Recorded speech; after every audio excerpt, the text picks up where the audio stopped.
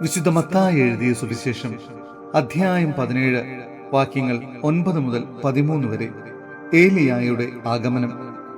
മലയിൽ നിന്നിറങ്ങുമ്പോൾ യേശു അവരോട് ആജ്ഞാപിച്ചു, മനുഷ്യപുത്രൻ മരിച്ചവരിൽ നിന്ന് ഉയർപ്പിക്കപ്പെടുന്നത് വരെ നിങ്ങൾ ഈ ദർശനത്തെപ്പറ്റി ആരോടും പറയരുത്. ശിഷ്യന്മാർ അവനോട് ചോദിച്ചു, ആദ്യം ഏലിയ വരണമെന്ന് നിയമജ്ഞർ പറയുന്നത് എന്തുകൊണ്ട്?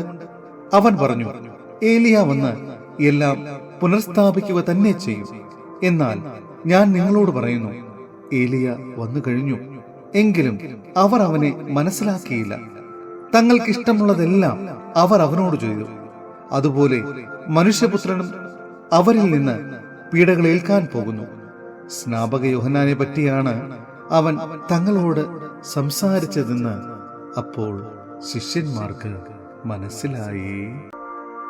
സഹോദരരെ, ഹെബ്രായർക്കുള്ള ലേഖനം അധ്യായം 11 വാക്യങ്ങൾ 23 മുതൽ 29 വരെ. പൂർവീകരുടെ വിശ്വാസം.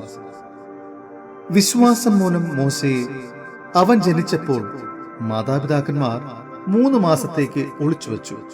എന്തെന്നാൽ കുട്ടി സുന്ദരനാണെന്ന് അവർ കണ്ടു. രാജകൽപ്പനയെ അവർ ഭയപ്പെട്ടില്ല.